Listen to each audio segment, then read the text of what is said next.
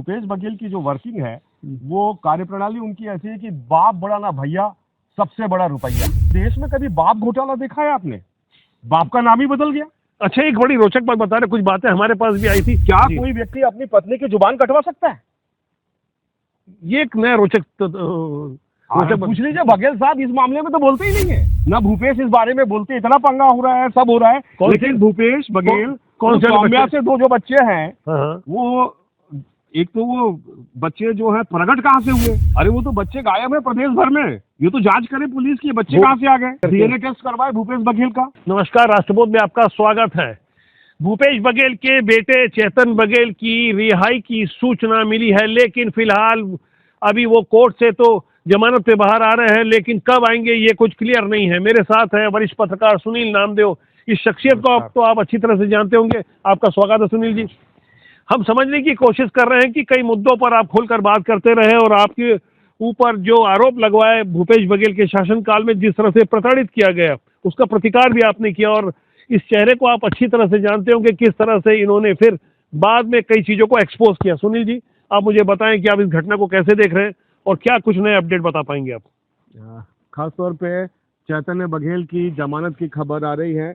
ED और EOW ने जो मामला दर्ज किया था उनके खिलाफ, अब खबर आ रही है कि उस पर उनको जमानत मिल गई है, लेकिन आधिकारिक रूप से अभी ना बचाव पक्ष की ओर से कोई हमें प्रतिक्रिया मिल पाई है और ना ही अभियोजन ने कुछ कहा है। दिलचस्प बात यह है कि भूपेश बघेल अंदर नहीं गए, उनके बेटे को जमानत मिल जाना, आप पत्रकार होने के नाते आपको लगता नहीं कि कुछ आश्चर्यजनक है? देखिए, जब पहली बार उसकी छापेमारी हुई थी, वो तारीख थी 10 मार्च 2025 की। वो पहली जो छापेमारी हुई थी वो हुई थी शराब घोटाले मामले में, ईडी ने छापेमारी की थी। उसके बाद 26 मार्च को सीबीआई ने एक अलग मामले में, महादेव सट्टा वाले मामले में छापेमारी की थी। काफी सोच समझकर इंतजार करते हुए 18 जुलाई को जब चेतन बघेल की गिरफ्तारी हुई तो ऐसा माना गया कि काफी सारे एविडेंस है और 5.5 महीने का एक लंबा समय वो जेल में बिताए भी हैं। और अब जब चूंकि जमानत हो रही है तो हमें लगता है कि कहीं ना कहीं जांच एजेंसियों को पहले भूपेश बघेल को गिरफ्तार करना था, उसके बाद कुछ चीजें और पुख्ता होती। ये तो जांच का विषय है, किसे गिरफ्तार करना था तो एजेंसियों का लुकआउट है। लेकिन क्या आपको आश्चर्यजनक नहीं लगता कि भूपेश बघेल एक करप्शन टाइफून के रूप में उनको देखा जाता है? यहाँ पर जितने भी छत्तीसगढ़ में घोटाले हुए हैं उसकी शुरुआत और उसका एंड भूपेश बघेल और उसके गिरोह, कुछ चुनिंदा जो आईपीएस अधिकारी थे, कुछ एक आईएएस भी थे, कुछ लोग अंदर गए। बाकी की जेल में किस तरह से तीमारदारी होती है आपने भी देखा है, हमने भी देखा है। काफी हैरान किसवानी साहब, सबसे बड़ी बात यह है कि क्या भूपेश बघेल अंदर जाएंगे कि नहीं जाएंगे? ये एक बड़ा दिलचस्प प्रश्न है। लोग हमसे भी पूछते हैं, क्योंकि भूपेश बघेल को लेकर मैंने भी पहले कई वीडियो बनाए। यह समझने वाली बात है कि चेतन बघेल अगर गिरफ्तार हुए तो उसका एक कारण है सिर्फ भूपेश बघेल, क्योंकि वो मुख्यमंत्री थे। उनके बेटे ने जो कुछ किया या उनके सेक्रेटरी ने जो किया, उनके करीबी जिनको अनपढ़ मंत्री को बताते, कवासी लखमा ने जो किया, जो जेल में है, एक आदिवासी मंत्री 15 जनवरी से लेकर आज की तारीख तक जेल में है, और सौम्या चौरसिया अभी चौथे मामले में अभी जेल में गई हैं।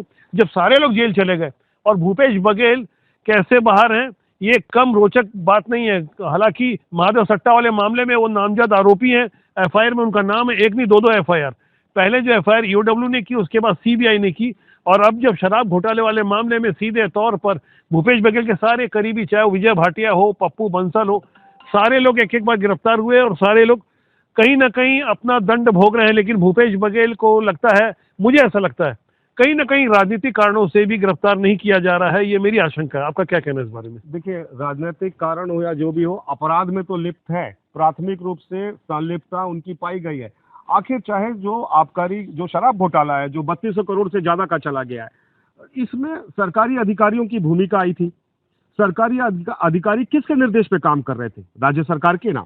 और मुख्यमंत्री होलसेल होता है सरकार का, और उसके अधिकारों का उपयोग, केशवानी साहब, मुख्यमंत्री के अधिकारों का उपयोग उनका बेटा कर रहा था, सौम्या चौरसिया कर रही थी। वो जो पूरा गिरोह है वो किसके अधिकारों का उपयोग कर रहा था? मुख्यमंत्री के अधिकारों का उपयोग कर रहा था।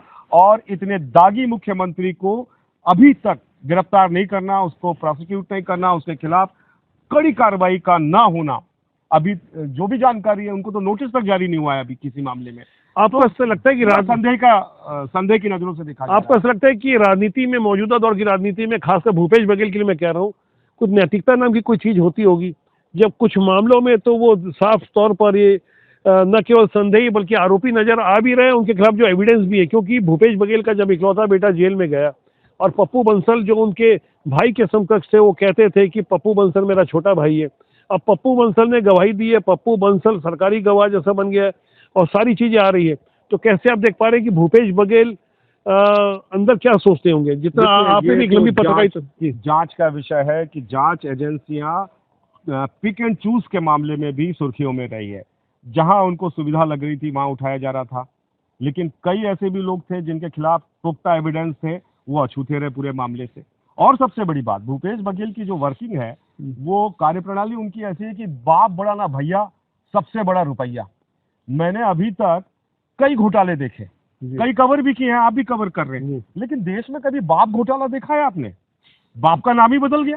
अच्छा, एक बड़ी रोचक बात बता रहे, कुछ बातें हमारे पास भी आई थी, थोड़ा मैं समझना चाहूंगा कि ये जो बाप घोटाला है, खासकर भूपेश बघेल के अभी तक भाई कभी सीन में नहीं आए थे, उनके भाई का भी कोई नाम आ रहा है, उनके कुछ और। देखिए, पूर्व मुख्यमंत्री जो भूपेश बघेल हैं, उनके पुत्र पुत्रियां, उनके करीबी नाते रिश्तेदार, साले साली से लेके पूरी लंबी चैन है। आप उनकी वंशावली से निकाल लो, 5 साल पहले तक, कांग्रेस की सरकार आने के पहले तक, इस पूरे भूपेश कुनबे की माली हालत कैसी थी और आज क्या है? ये धन्ना सेठ बन गए, नगर सेठ 5 साल में। ये क्या भूपेश बघेल के खेत खलियानों में आलू डाल के सोना निकालने वाले? उनको दाऊ तो कहा जाता, तो दाऊ क्यों कहते हैं उनको? फिर जमींदार होंगे पहले से तभी। अरे तो दाऊ कहा जाता है, उसमें कोई दो राय नहीं है, लेकिन यहाँ तो बाप बदल गया। बाप बदल के, थोड़ा बताएंगे इस बारे में? ये जो है बड़ा एक रोचक जानकारी आई है हमें, ये भिलाई से आई है, और जानकारी पर इसलिए भरोसा करना पड़ रहा है कि सरकारी दस्तावेज है।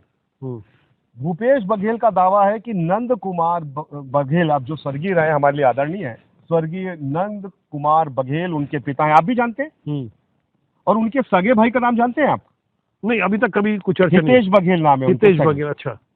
जब सगे भाई हैं तो हितेश बघेल अपने पिता का नाम सदाराम गौंड क्यों लिखते हैं? ये प्रमाणिक दस्तावेज कुछ ऐसी जानकारी हमारे उड़ती उड़ती आ रही थी, लेकिन अभी जो आप बता पा रहे हैं, ये पुख्ता दस्तावेज है। हम लोगों ने समाचार में भी लगाया है, ये सोशल मीडिया में भी वायरल है। और जिस तरह उन्होंने लिखा है कि जो हितेश बघेल है, सगे भाई हैं पूर्व मुख्यमंत्री बघेल के, वो अपने पिता का होने का दावा कर रहे हैं कि उनके पिता जो हैं वो हैं सदाराम गोंड, और जो आदिवासी हैं गोंड समाज के। अच्छा, ये कैसे हो सकता है? ये भी आश्चर्यजनक है। यही तो बाप घोटाला है, बाप बड़ा ना भैया, सबसे बड़ा रुपया। देखिए, ये कुछ अभी अपुष्ट और कोई मजबूत जानकारी नहीं, मजबूत जानकारी है। आपके पास में दस्तावेज है, मेरे पास। मैं चाहूंगा कि जानकारी आप मुझे दे रहे हैं, मैं अपने दर्शकों तक उसे साझा करूंगा। और ये सबसे बड़ी बात यह है जो हमारी जानकारी में आया है कि जो सदाराम गोंड थे जी, वो भूपेश बघेल के पिता के यहाँ पे उनके करीबी नौकर थे। अच्छा, नौकर थे, उनको बाप बना दिया, उनको बाप बना दिया। अच्छा, ये आपका सीलिंग में जमीन जा रही थी इनकी। अच्छा, आदिवासी के नाम पे ये जो दाऊ बने हैं, ये दाऊ ऐसे ही नहीं बने हैं। दाऊ ये जो 400 BC किया इन्होंने, पहले भी इनके ऊपर मामला दर्ज है। जो जमीन दान किए थे, हाँ, वो तो रमन सिंह सरकार के समय 2018 में वो नहीं, रुकिएगा। ये तो सबसे पहली बात है कि इन्होंने जो अपने नौकर थे, पारिवारिक नौकर, वो जो सेवा करते थे उनके, उनका नाम था सदाराम गोंड। सदाराम गोंड के नाम पे बहुत सारी जमीनें थी। इन्होंने उसको काबू में किया, पता नहीं कैसे काबू में किया, जैसे अधिकारियों एजेंसी को कर लेते हैं, ये वैसे ही किया होगा। ये तो जांच का विषय है। और उस आदिवासी के नाम पे जितनी जमीनें थी, उसके गोद पुत्र बन गए इनके हितेश बघेल। जबकि वो जो सदाराम गोंड है वो फटेहाल स्थिति में है, उसके बच्चे वगैरह जो है उनकी आर्थिक स्थिति बहुत कमजोर है। ये तो आदिवासी समुदाय का दुरुपयोग किया जा रहा है बेनामी संपत्ति के लिए। हमारी कोशिश रहेगी पूरी खबर को हम एक्सपोज करेंगे और बहुत बढ़िया इसमें दस्तावेज है ग्राउंड जीरो पर। और मैं आपको बताना चाहता हूँ कि 5 सालों में जो डिजिटलाइजेशन हुआ सरकारी रिकॉर्ड का, ये कर रही थी NIC, ये कर रही थी चिप्स के माध्यम से, छत्तीसगढ़ इंफॉर्मेटिक्स सोसाइटी जो है, जिसके हेड हुआ करते थे IAS समीर विश्नोई, 2010 बैच के IAS है, जो इसी घोटाले में अंदर गए। ऑफलाइन सिस्टम को ऑनलाइन सिस्टम को इन्होंने ऑफलाइन किया था, आपको ध्यान होगा, कोल स्कैम में।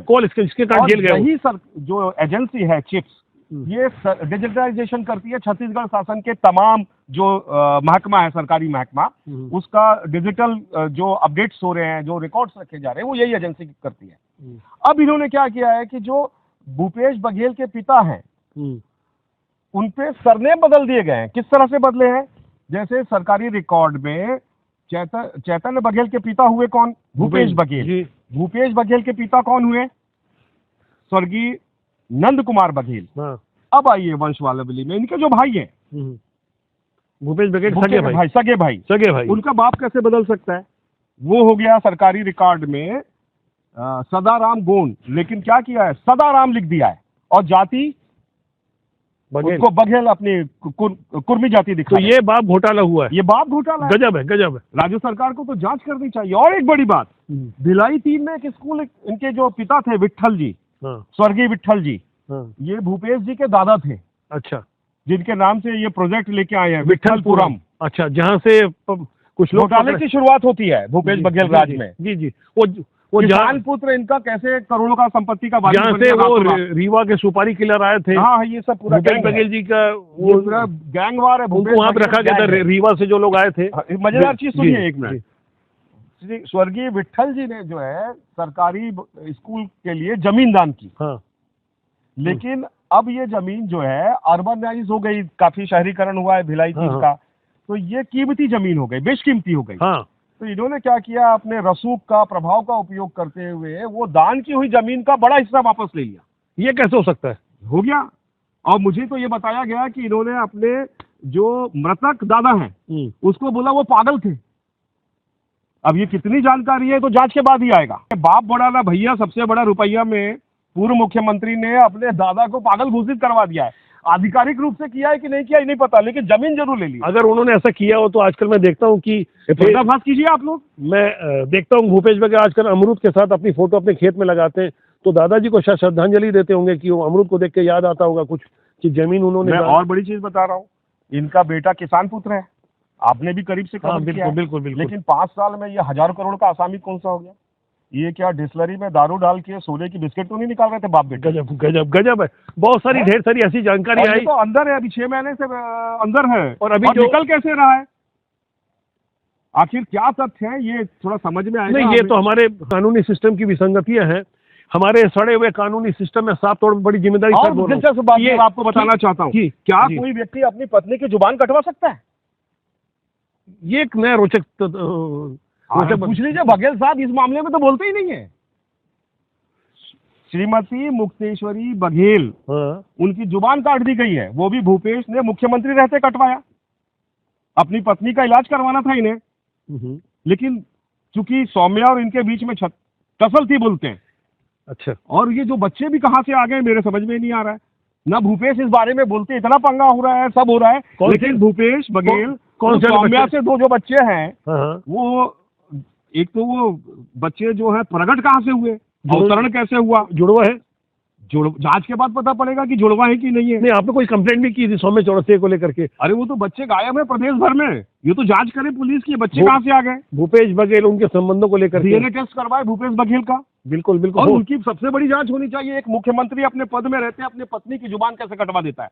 ये क्या ये सौम्या चौरसिया का नहीं चल रहा था?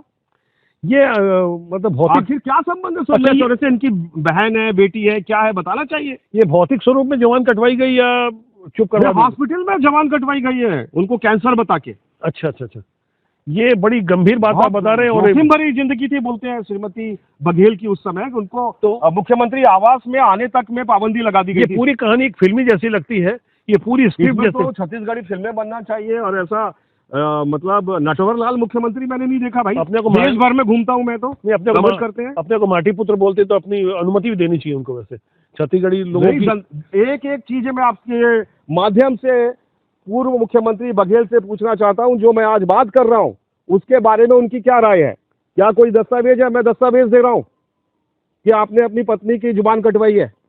गजब है। आपने जो है गरीब आदिवासी है जो, उसका अहित करते हुए उनका शोषण किया है। एक जो सदाराम गोंड जी है उनको अपना बाप बना लिया, अपने भाई का बाप बनवा दिया।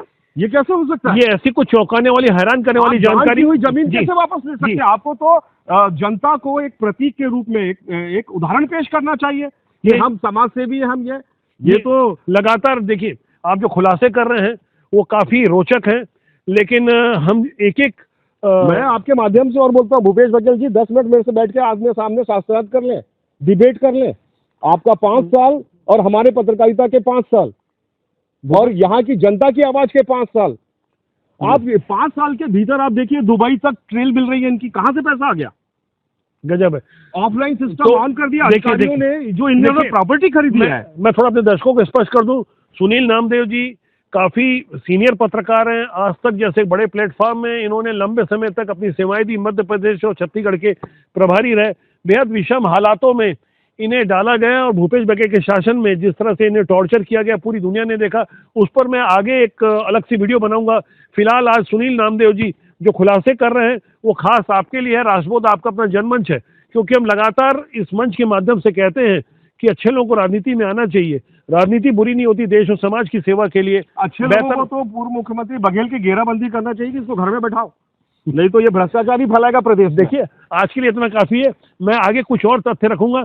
सुनील जी आपका बहुत बहुत धन्यवाद आपका थैंक यू सो मच। और मैं अपने दर्शकों से चाहूंगा कि राष्ट्रबोध का जैसा कि एक सूत्र वाक्य है, राष्ट्रीय सर्वोपरि, इसे ध्यान में रखते हुए आप अपने जनमंच का साथ दें। सच्चाई के साथ हम लगे रहेंगे। नमस्कार।